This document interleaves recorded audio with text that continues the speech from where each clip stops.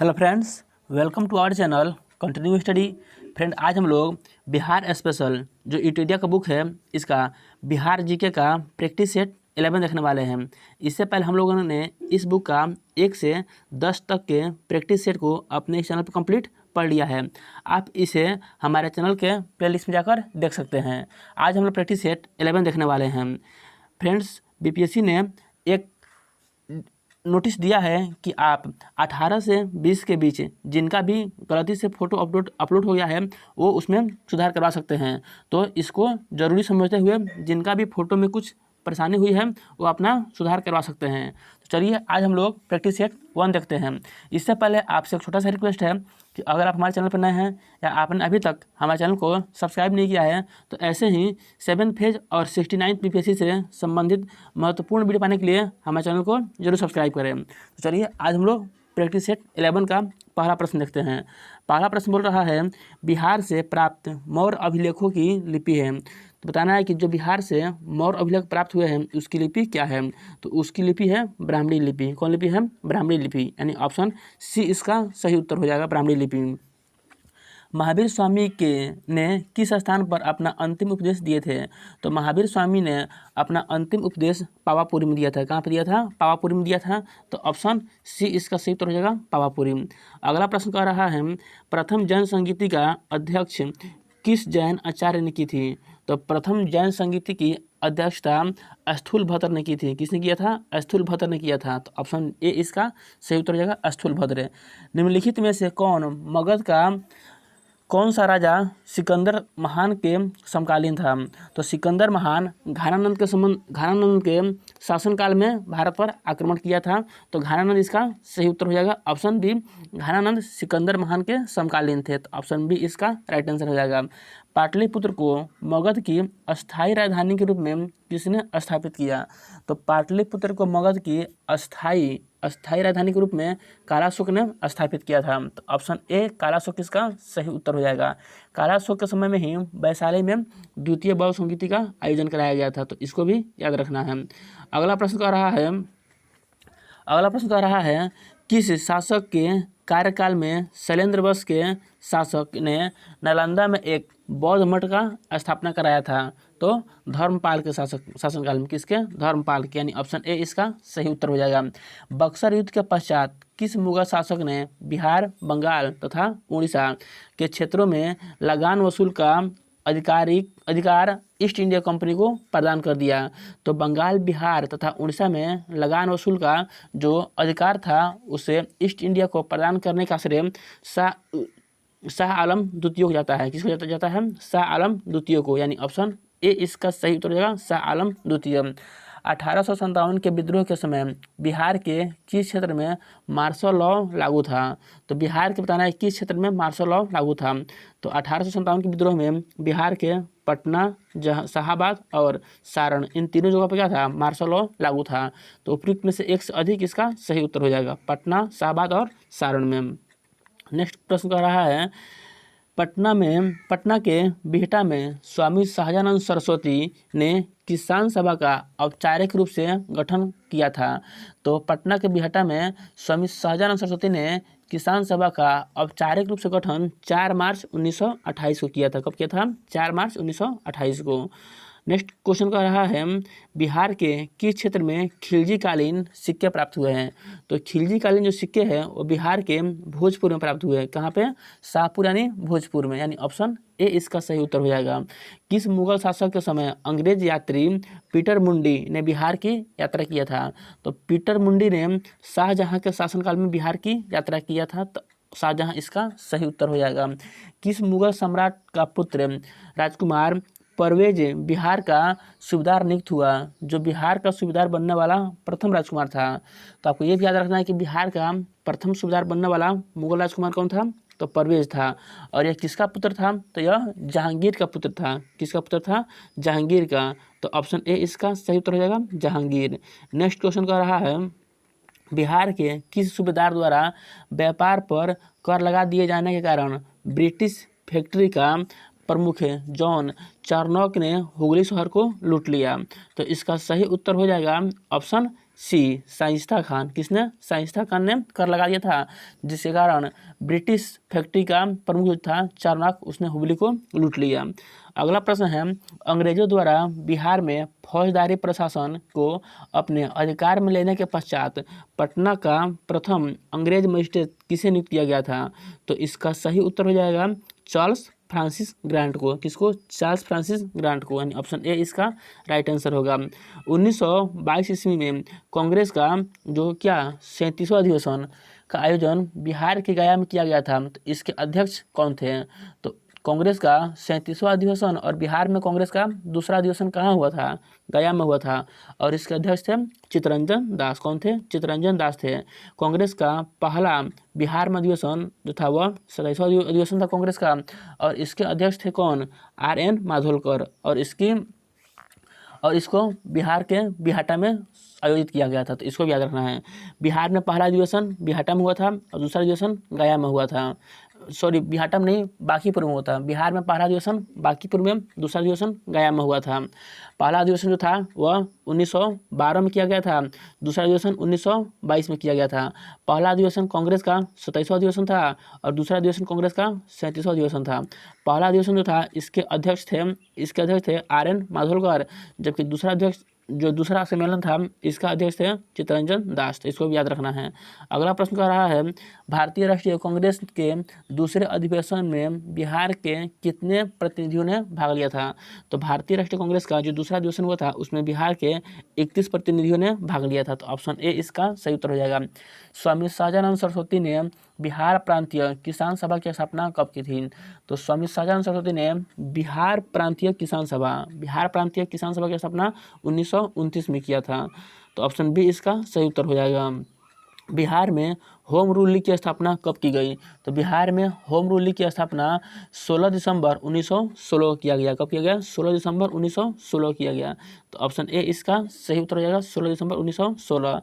चंपारण में 3 कठिया पद्धति के अंतर्गत किसानों को अपनी भूमि के कितने भाग पर नील की खेती करना अनिवार्य था? तो इसके अंतर्गत किसानों को अपनी भूमि का 3/20 भाग पे क्या नील की खेती करना अनिवार्य था, इसलिए इसको 3 कठिया कहा गया है।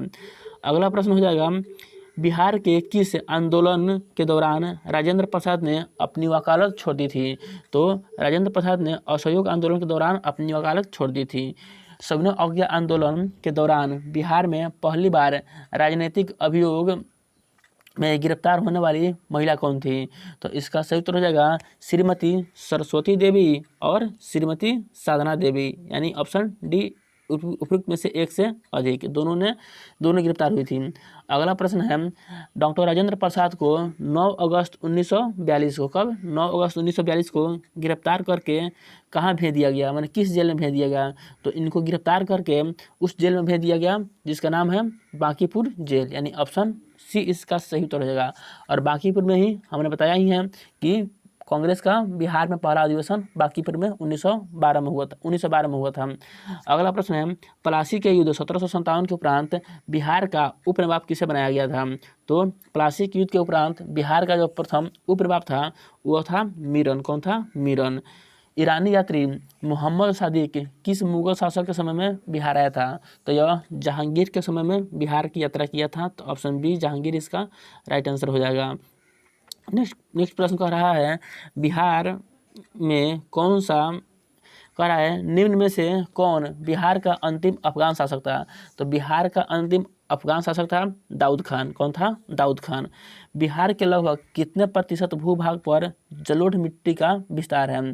तो बिहार में मैक्सिमम भाग पर क्या है?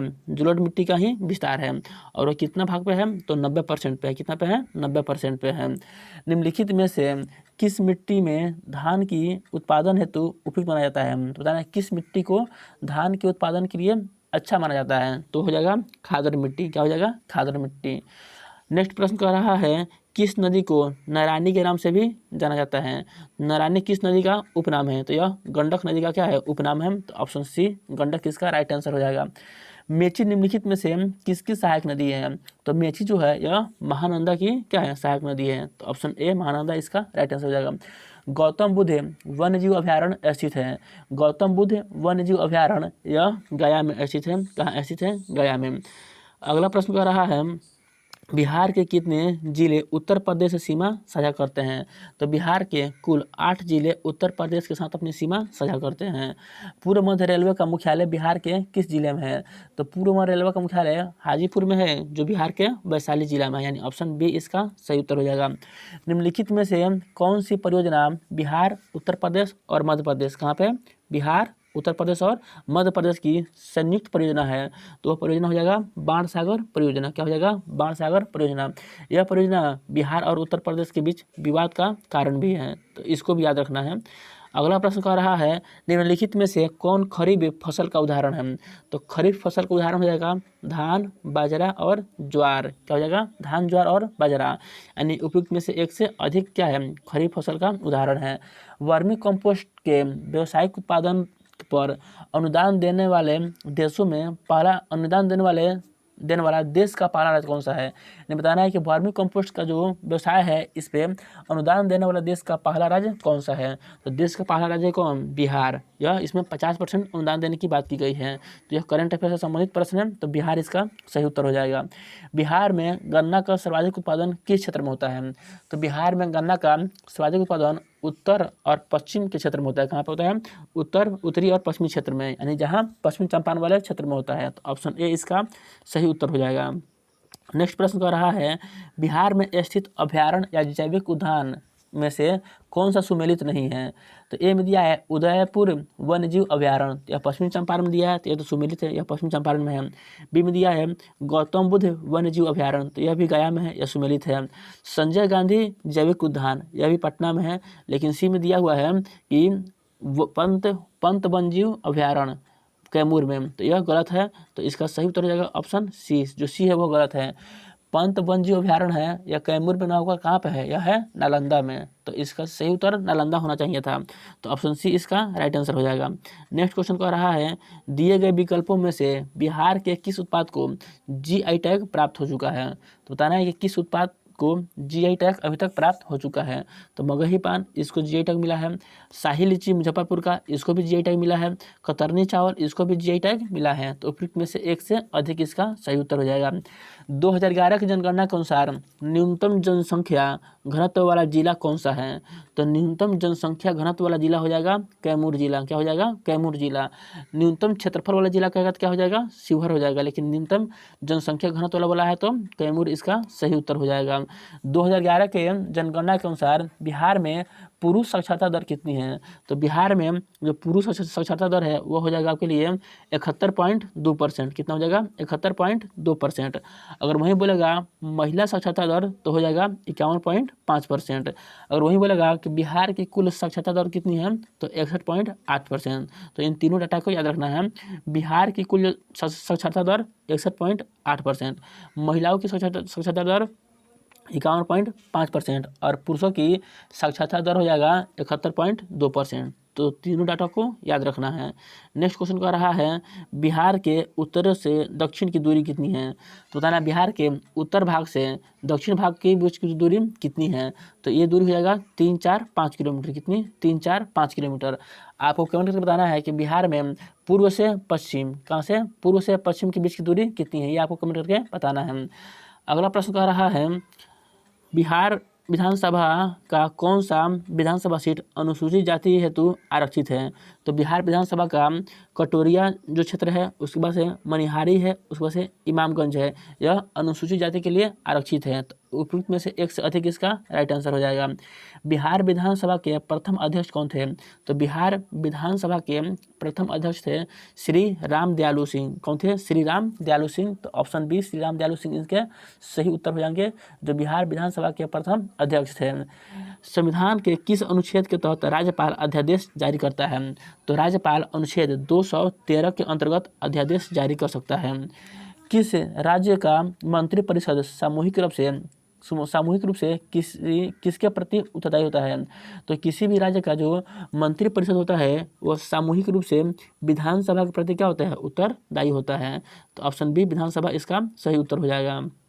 बिहार के प्रशासनिक व्यवस्था को सुचारू रूप से चलाने हेतु इसे कितनी इकाइयों में विभाजित किया गया है। तो बिहार के जो प्रशासनिक व्यवस्था है इसको सुचारू रूप से चलाने के लिए इसे 5 इकाइयों में बांटा गया है। तो ऑप्शन बी 5 इसका सही उत्तर हो जाएगा। किसी राज्य के सचिवालय का प्रधान कौन होता है। तो किसी भी राज्य के जो सचिवालय होता है उसका प्रधान होते हैं मुख्य सचिव। कौन होते हैं? मुख्य सचिव होते हैं। पंचायती राज व्यवस्था के अंतर्गत प्रशासनिक कार्यवाही हेतु गठित जिला परिषद का कार्यकाल क्या होता है। तो जो जिला परिषद होता है इसका कार्यकाल होता है 5 वर्ष के लिए। कितने वर्ष के लिए? 5 वर्ष के लिए। राज्य के मुख्य सूचना आयुक्त की नियुक्ति कौन करता है। तो राज्य के मुख्य जो सूचना आयुक्त होते हैं इसकी नियुक्ति राज्यपाल करते हैं। कौन करते हैं? राज्यपाल करते हैं। बिहार के पहले गैर कांग्रेसी मुख्यमंत्री कौन थे। तो बिहार के पहले जो गैर कांग्रेसी मुख्यमंत्री थे तो वो थे महामाया प्रसाद। कौन थे? महामाया प्रसाद। तो इसका सही उत्तर हो जाएगा ऑप्शन ए महामाया प्रसाद। तो फ्रेंड यही आज के टेस्ट सीरीज 11 का बिहार से संबंधित जीके का 50 महत्वपूर्ण प्रश्न था। ये वीडियो आपको कैसा लगा कमेंट करके जरूर बताइएगा। और वीडियो अच्छा लगा तो इसे लाइक और शेयर करना ना भूलें। तथा अभी तक आपने हमारे चैनल को सब्सक्राइब नहीं किया है तो ऐसे ही महत्वपूर्ण वीडियो पाने के लिए हमारे चैनल को जरूर सब्सक्राइब करें। तो चलिए अब हम लोग इसके टेस्ट सीरीज 12 में मिलते हैं। तब तक के लिए आप सब अपनी तैयारी जारी रखें। बीपीएससी द्वारा या बिहार शिक्षा विभाग द्वारा जब तक कोई ऑफिशियल नोटिस नहीं आ जाता है कि बिहार में 1 से 5 के लिए बीएड को बाहर कर दिया गया है तब तक आपको अपनी तैयारी को कंटिन्यू रखना है। ठीक है, तो चलिए अब हम मिलते हैं इसके टेस्ट सीरीज 12 में। तब तक के लिए आप सभी को जय हिंद।